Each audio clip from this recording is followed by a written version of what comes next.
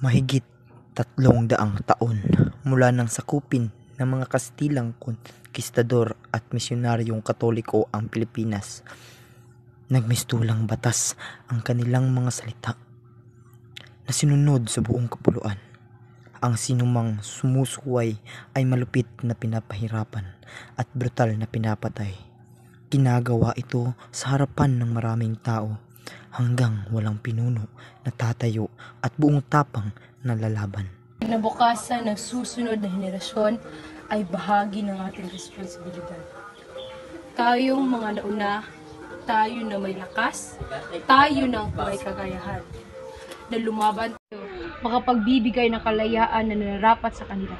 Malaki ang tiwala ko sa iyo, Andres. Bilang ina ng Katipunan, pinapabaya ko sa iyo ang desisyon na gawin kung anuman ang nararapat. Lumaban tayo, makapagbibigay ng kalayaan na karapatan na kanilang nararapat. Napakarami na ng biktima ng mga Espanyol at mas marami pa ang mamamatay kapag hindi natin napigilan ang kanilang pang-aapi. Sa labanang ito, susuong natin ang ating buhay sa paani. Ilang araw mula ngayon, sa gabi ng 29, sisimulan na natin ang revolusyon.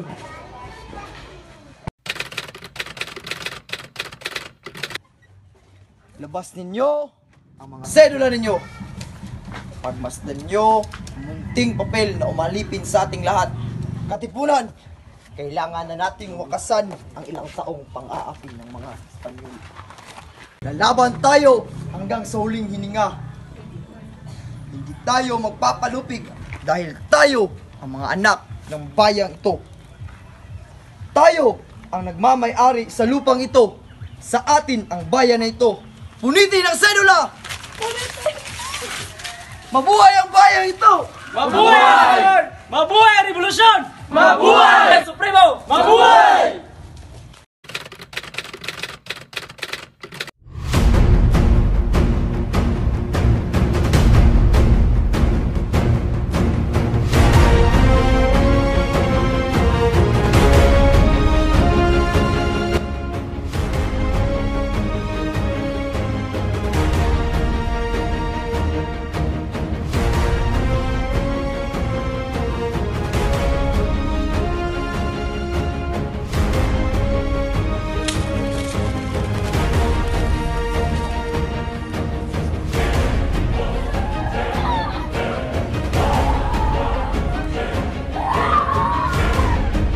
Ipaghandog-handog ang buhay, ipaghandog-handog ang buong pag-ibig, hanggang sa mga dugoy ubusang itikis. Kung sa pagtatanggol, buhay mailik, ito'y kapalaran at tunay na langit. Anong kaya mong gawin para sa inang bayan dahil hindi pa tapos ang revolusyon?